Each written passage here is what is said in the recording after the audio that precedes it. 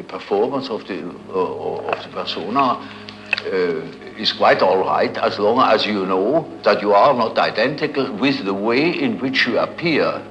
So today you've got two men who are supposedly in politics in opposition, Bush and Harriman, actually the members of the same secret society, people who appear to be in opposition politically or financially or industrially or in many ways, are working together.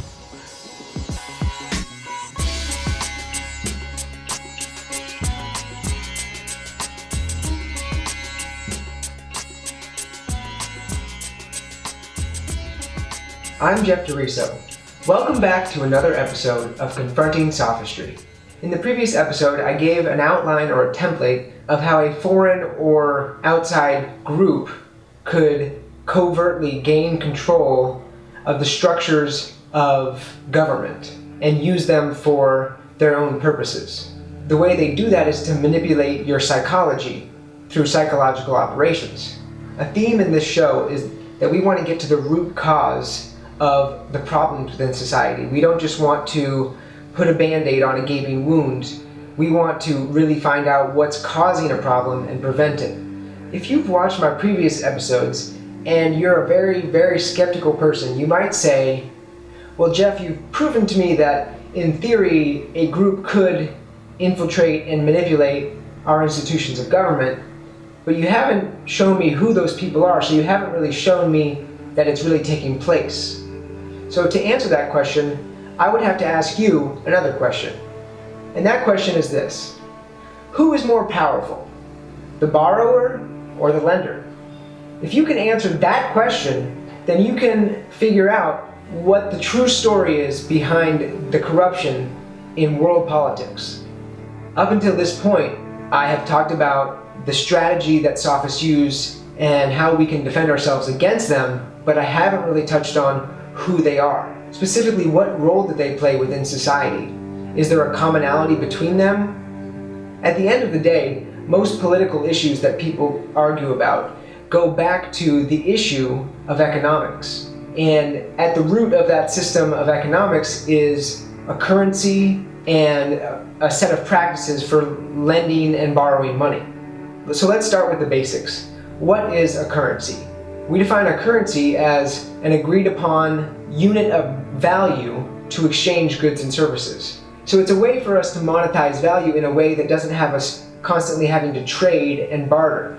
Now, to me, the basic idea of currency does make sense. It's easier to run a business, to make a product, or to provide some good to society if there's some sort of universally agreed upon method of exchange. It just makes things quicker and more efficient. So now that we know what currency is, we then ask, well, are there different types of currency? Is maybe one type of currency better than another? One example of a type of currency is the currency that's based on a commodity, like a precious metal, something that has a finite amount, so that way the paper notes of that currency represent some sort of actual mass that can be measured. And then on the other hand, you have what's called the fiat currency, which is what most governments use today. A fiat currency is a currency whose value is not derived from a fixed commodity, but rather from the faith and credit of the institution that issues it. So if a government issues it, the full faith and credit of that government is what backs the currency. The reason modern economists promote fiat currencies and like to use them is that because they're not related to a commodity with a fixed value, they're not as volatile. And they can be regulated in theory by some sort of democratic institution or body that can speak for the will of the people. Now, if you've watched my previous episodes leading up to this point, you're probably starting to smell a rat, because while a fiat currency in theory makes sense, it really only makes sense if you can trust the regulatory body, and we know from evidence presented in previous episodes that the trust of that entire body is in question. And what makes it worse is, in the case of the United States, for example, and in a lot of other countries, that power is not held by the body politic or by the will of the people.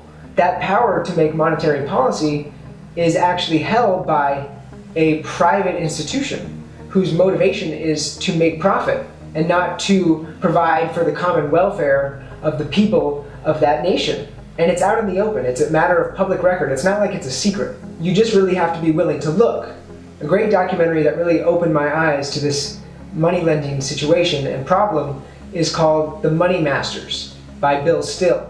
It is a fantastic and informative look into the history of monetary policy and how for hundreds of years there has been a small group that has had a grip on not only European banking, but also slowly they've taken over the United States as well. The really devastating part is when you see examples through history of people who tried to warn us about their growing power, but their warnings were not heeded, and that is what got us to where we are today. Another illustrative work that gets to the heart of this problem is a book called All the President's Bankers by Nomi Prinz, and that book outlines the relationship between the highest office in the land, President of the United States, and this small coterie of international bankers whose motivations don't necessarily line up with the motivations of the average American voter. So we have to look closely and make sure that the most foundational aspect of our economy, which is currency, is uncorrupted, because that's the foundation. I mean, if you have a sound money supply, you have a much better chance of prospering as an economy, and any economist will tell you that. The elephant in the room, so to speak, that is the heart of the banking problem, in the case of the United States, for example, is something called the Federal Reserve. The Federal Reserve is successful at creating the illusion that it works for the will of the people of the United States, but on paper, they represent only the will of the member banks who invested to create the Federal Reserve. And one of the concepts that's key to understanding how we got to where we are today is called the fractional reserve system. Now, if you were to ask me 10 years ago how I thought banking worked, I would have told you, okay, you got a bunch of people, they all have some money, they put it in one place, the guy who's holding it knows that they're not all going to need all that money at the same time, so he lends some of it out to the people who need it and charges interest. And he has to be careful about how much he lends out because he doesn't want to go in the red. Under the fractional reserve system, the bank is allowed to loan out over 10 times the amount that they have deposited. So say a person puts in $100, the bank can then turn around and lend out $1,000 to other people and make interest on all those loans when they only have $100 on their books.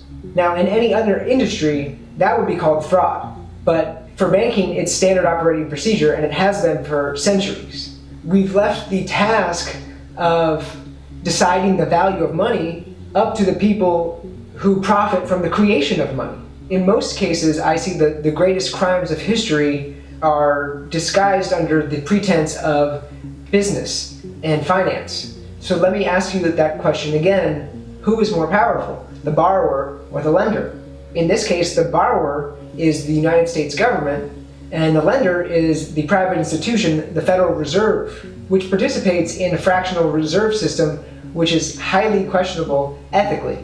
So if you're more powerful than the person who makes the laws, if they're indebted to you, you really have more power. So that's the trick that they pull on you.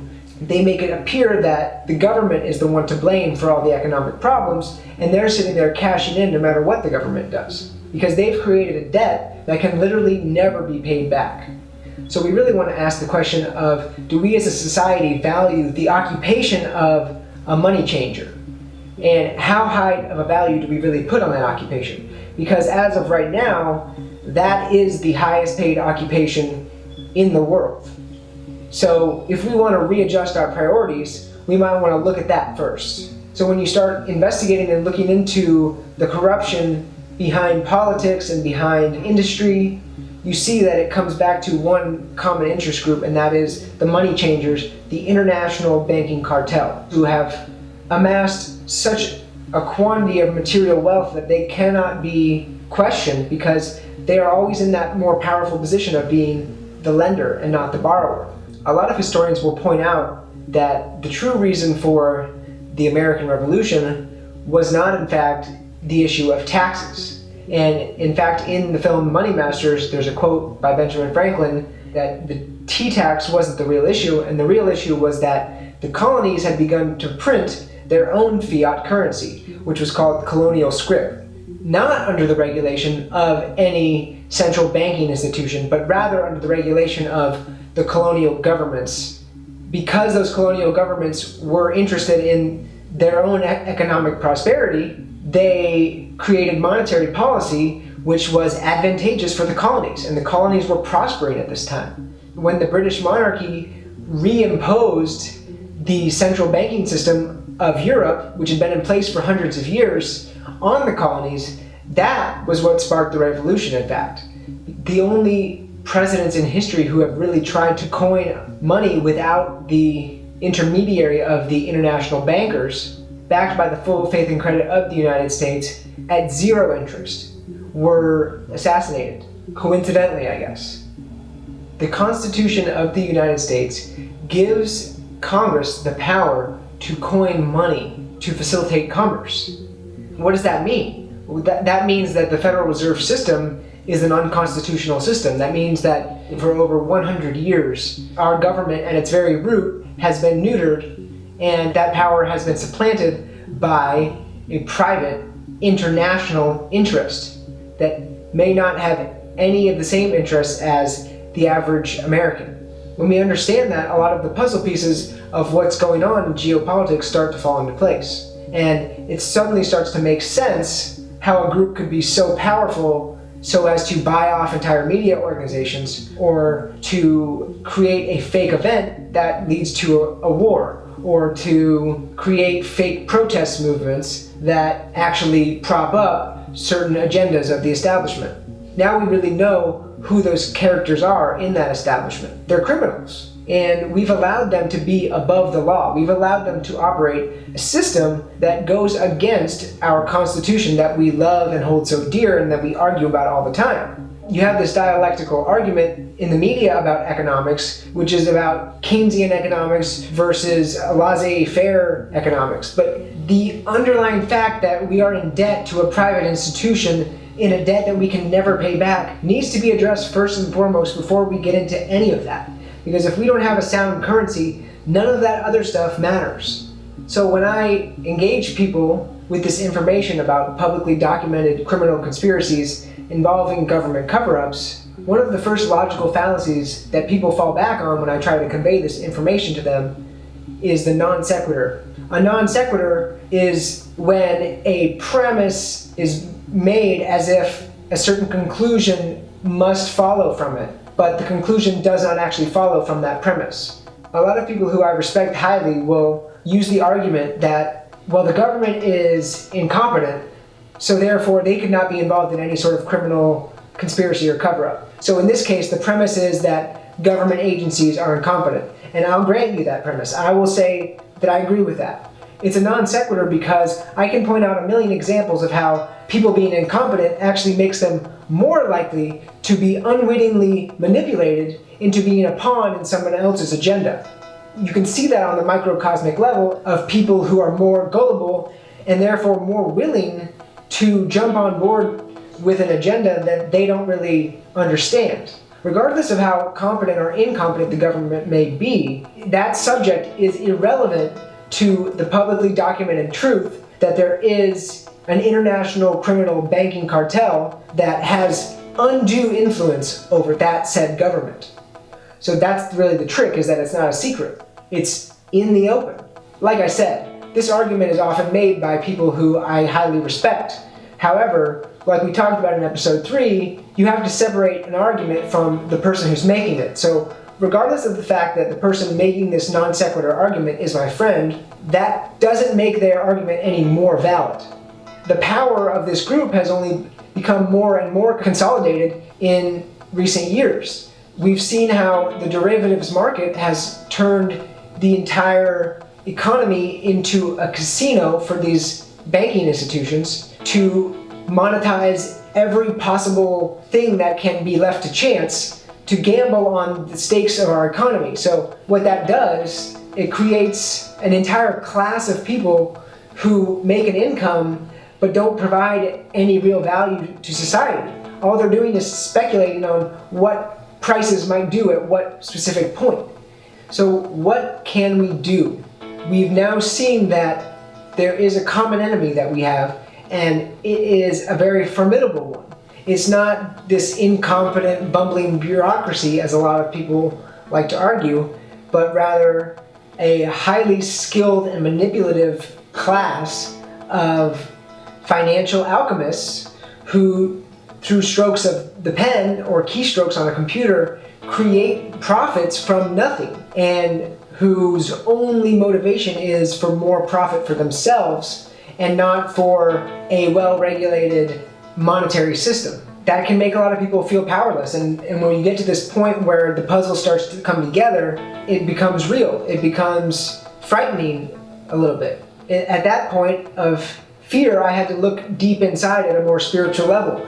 And an author named Dan Millman, who wrote a book called The Way of the Peaceful Warrior, talked about advice that he received from a very wise person in his life, and I'll paraphrase it. To create real change, you must focus not on fighting the old, but on creating the new. And I'm sure I've minced the words a little bit, but the core concept is there. So this group is very powerful, and there's not a lot we can do to fight them and to bring them down in a confrontational way. So the way that we can win is by creating something new, a new model for currency and economic exchange. So one of the popular alternatives proposed by the economic community is something called a cryptocurrency. And Bitcoin is the most publicized example of that. And the way that that currency works is through a technology called blockchain, where transactions are authenticated anonymously and randomly across multiple sources at the same time in order to make corruption nearly impossible, if not completely impossible. The model of Bitcoin and of other cryptocurrencies is a decentralized approach. There is no central authority that determines how much money there is. In many ways, a cryptocurrency like Bitcoin operates more like a commodity because there is a fixed amount of it. Now, I'm not suggesting you run and put all your money into Bitcoin or another cryptocurrency, but it is refreshing to see people trying something new. I've seen certain individuals and groups and media productions that advocate getting rid of currency altogether. A resource-based economy. This is where all goods and services are available to everyone without money, credit, barter, or servitude of any kind. To me, that doesn't make sense. If someone has a system that involves not using currency and can explain it to me in a way that makes sense, I'll change my mind. But for example, my profession as a video editor, I don't want to have to edit a video for someone in order to get a loaf of bread. Currency is what allows me to work for a given block of time, earn credits, and then spend those credits at a later time on whatever good or service that I care to purchase. I've heard about another interesting solution from the people at awake.social, the social media network that I mentioned in the previous video. Now, they have announced that they are working on something called time banking, which is extremely interesting to me because it doesn't discount the idea of currency, but it rather makes the currency time. And time is something that we already universally agree and measure as the same everywhere in the world. So that's another solution that I would encourage people to try, and that I will likely try myself, because it's just another attempt to create a currency that is not corrupt. This criminal cartel derives its power from the fact that people are afraid of change, and people want to continue in a system that they're comfortable with. So while trying out some alternative currency or alternative method of economic exchange seems extremely risky financially in the short term, I would argue that in the long term, it will be better for all of us if we can free ourselves from the fraudulent cartel that has a grip on us right now. So it takes people on an individual basis realizing that they're going to have to take a short-term risk to make a long-term gain. And that's not an easy thing to do. Now, I'm obviously not a financial advisor. You can tell by the production quality of this video that I'm not exactly swimming in money, but I can tell you that there are financial advisors who are aware of this basic flaw and foundational fraud of our system. If you can find somebody who has a keen knowledge of finance and economics and understands the basic problem at the foundation, that person will be more likely to help you take steps to help you adopt alternative approaches that in the long run will be better for society. So in the next episode, we're going to talk about another way that this elite group has wielded power, and that is through the system of education. And of course, we're also going to talk about ways that we can subvert that power and educate ourselves and our children in a way that will create a better future, a future that solves these foundational problems that we've had such a hard time solving for centuries and centuries. So thank you for joining me on another episode of Confronting Sophistry. I'm Jeff DeRiso, and I'll see you next time.